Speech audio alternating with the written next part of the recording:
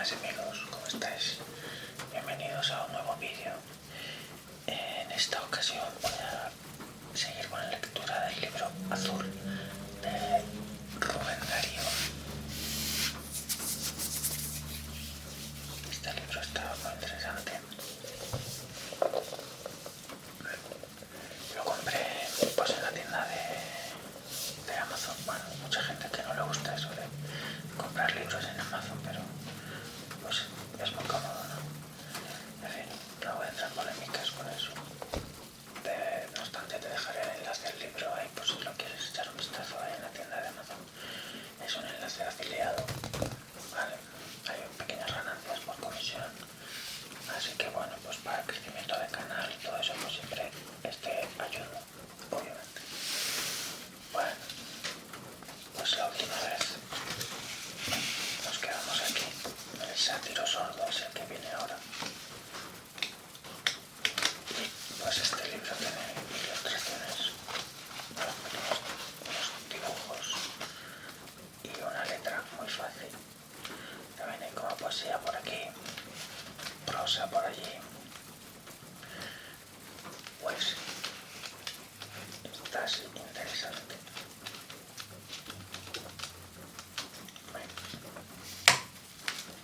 Y con una letra bastante grande, pues que se lee pues fácilmente. En esta ocasión el sátiro sordo, que es un cuento griego, pues es muy cortito, la verdad.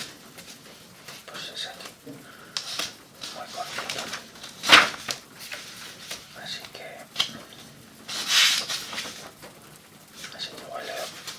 igual leo dos. Igual luego dos cuentos de estos. Vale. Bueno, no me enrollo más. Bueno, gracias por estar ahí, por los comentarios y el apoyo recibido. Y pues con mucho gusto os recibo a todos y todas.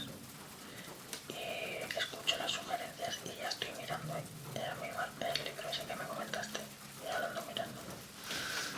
¿De acuerdo? Bueno. Pues comienzo la lectura. El sátiro sordo, cuento breve. Habitaba cerca del Olimpo un sátiro, y era el viejo rey de su selva. Los dioses le habían dicho: goza, el bosque es tuyo, sé un feliz bribón, persigue ninfas y suena tu flauta. El sátiro se divertía. Un día que el padre Apolo estaba tañendo la divina lira, el sátiro salió de sus dominios y fue osado a subir el sacro monte y sorprender al dios Crinado. Este le castigó, tornándole sordo como una roca. El valle de las espesuras de la selva llena de pájaros, se derramaban los trinos y emergían los arrullos. El sátiro no oía nada.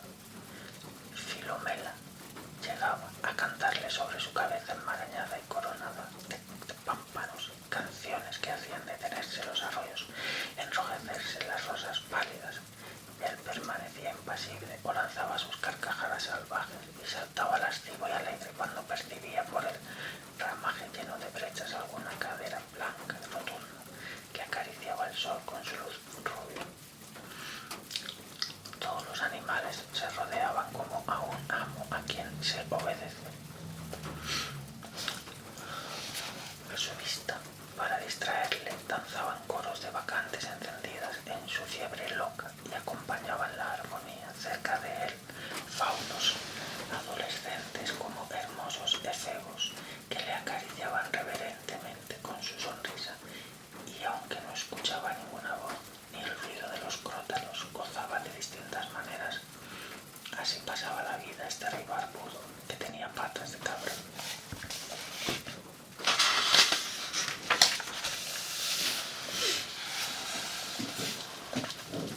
Era sátiro caprichoso. Tenía dos consejeros áulicos, una alondra y un asno. La primera perdió su prestigio cuando el sátiro se volvió sordo. Antes, si cansado de su lasciva, soplaba su flauta dulcemente. La alondra le acompañaba.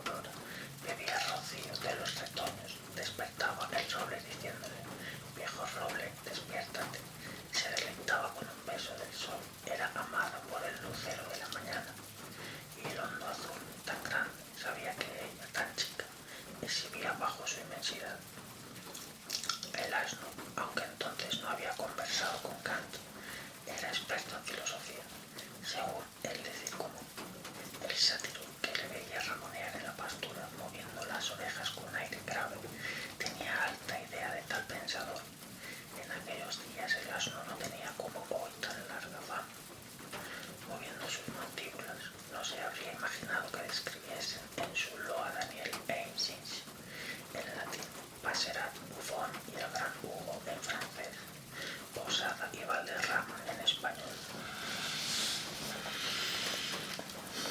El pacienzudo, si le picaban las moscas, las espantaba con el rabo, daba coces de cuando en cuando y lanzaba bajo la bóveda del bosque el acorde extraño de su garganta.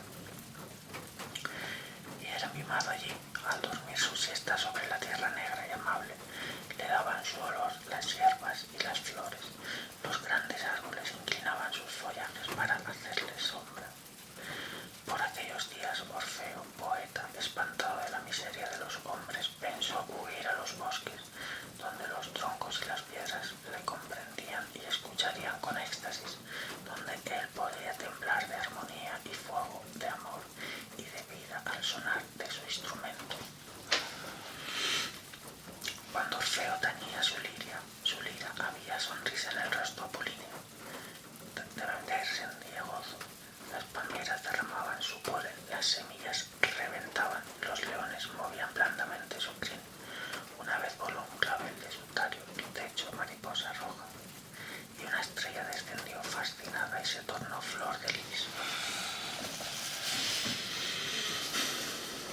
¿Qué selva mejor que la de un sátiro, a quien él encantaría, donde sería tenido como un semidios, selva toda alegría y danza y belleza y lujuria, donde ninfas y bacantes eran siempre acariciadas y siempre vírgenes, donde había unas y rosas, uvas y rosas y ruido de sistros, y donde el rey Caprípede bailaba delante de sus faunos beodo y haciendo gestos como sileno,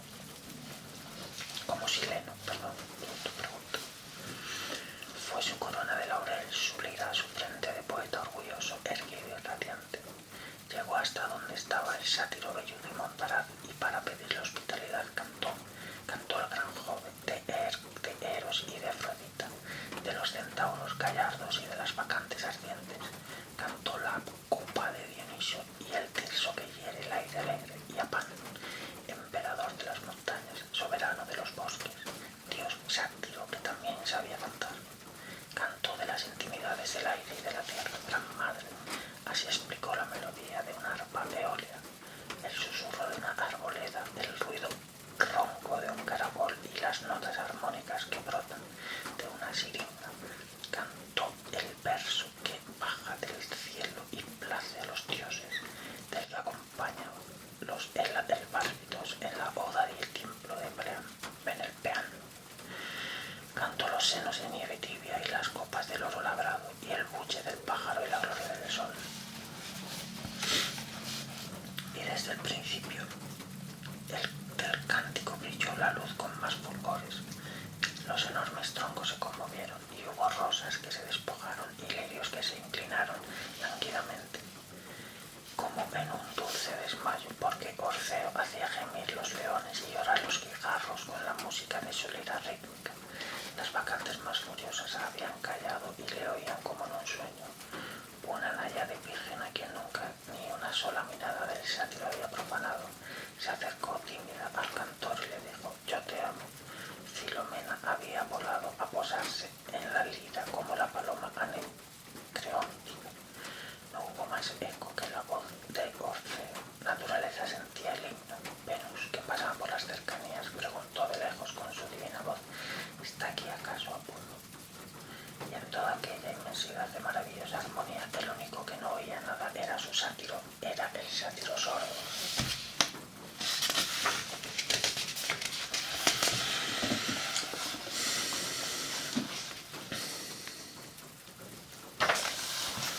Cuando el poeta concluyó, dijo a este: «Os place mi canto. Si es así, me quedaré con vos en la selva». El sátiro dirigió una mirada a sus dos consejeros. Era preciso que ellos resolviesen lo que no podía comprender él. Aquella mirada pedía una opinión. «Señor», dijo la alondra, esforzándose en producir la voz más fuerte de su buche, «quédese quien así ha cantado con nosotros, y aquí con su lira es bella y potente. Te ha ofrecido la grandeza y la luz rara que hoy has visto en tu selva. Te ha dado su armonía, señor. Yo sé de estas cosas. Cuando viene el alba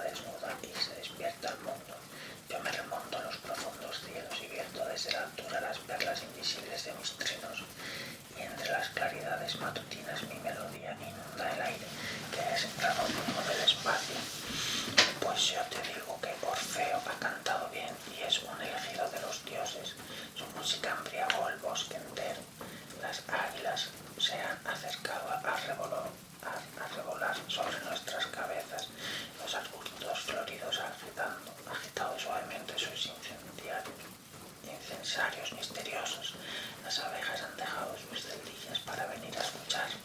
En cuanto a mí, oh Señor, si yo tuviese en lugar tuyo, le daría mi guirnalda de pámpanos y mi tirso. Existen dos potencias, la real y la ideal. Lo que Hércules haría con sus muñecas, Orfeo lo hace con su inspiración. El dios robusto despedazaría de un puñetazo al mismo Athos. Orfeo les avanzaría con la eficacia de su voz triunfante. Anemea su león y Erimanto su jabalí. De los hombres, unos han nacido para forjar los metales, otros para arrancar del suelo fértil las espigas del trigal, otros para combatir en las sangrientas guerras y otros para enseñar, glorificar y cantar. Si soy tu copero y te doy vino, goza tu palabra. Si te ofrezco un himno, goza tu alma. Mientras cantaba la alondra, Orfeo le acompañaba con su instrumento y un vasto y dominante soplo lírico se escapaba del bosque verde y fragante. El sátiro sordo comenzaba a impacientarse. ¿Quién era aquel extraño visitante? Porque ante él había cesado la danza loca y voluptuosa. ¿Qué decían sus dos consejeros? La alondra había cantado, pero el sátiro no oía. Por fin dirigió su vista al asno. Faltaba su opinión. Pues bien, ante la selva enorme y sonora bajo el azul sagrado, el asno movió la cabeza de un lado a otro, grave, terco, silencioso, como el sabio que medita. Entonces, con su pie hendido, hirió el sátiro al suelo, arrugó su frente con enojo y, sin darse cuenta de nada, exclamó, señalando a Orfeo la salida de la selva: no. El vecino Olimpo llegó al elenco y resonó allá, donde los dioses estaban de broma. Un coro de carcajadas formidables que después se llamaron homéricas. Orfeo salió triste de la selva del sátiro sordo y casi dispuesto a ahorcarse del primer laurel que hallase en su camino. No se ahorcó, pero se casó con Eurídice.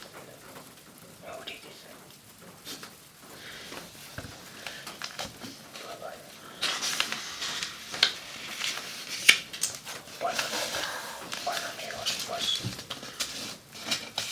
aquí va a acabar la lectura del día de hoy. Me iba a animar a leer dos, pero igual se va a hacer un poquito largo el vídeo y pues a lo mejor ya así ya queda suficiente, ¿no? Bueno, acepto vuestras sugerencias, contesto los comentarios cuando tengo tiempo y pues bueno, gracias por estar ahí apoyando el proyecto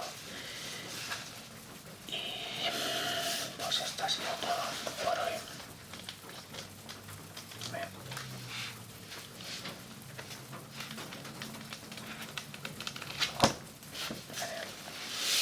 Pues nos vamos a ir viendo en la siguiente. Muchas gracias.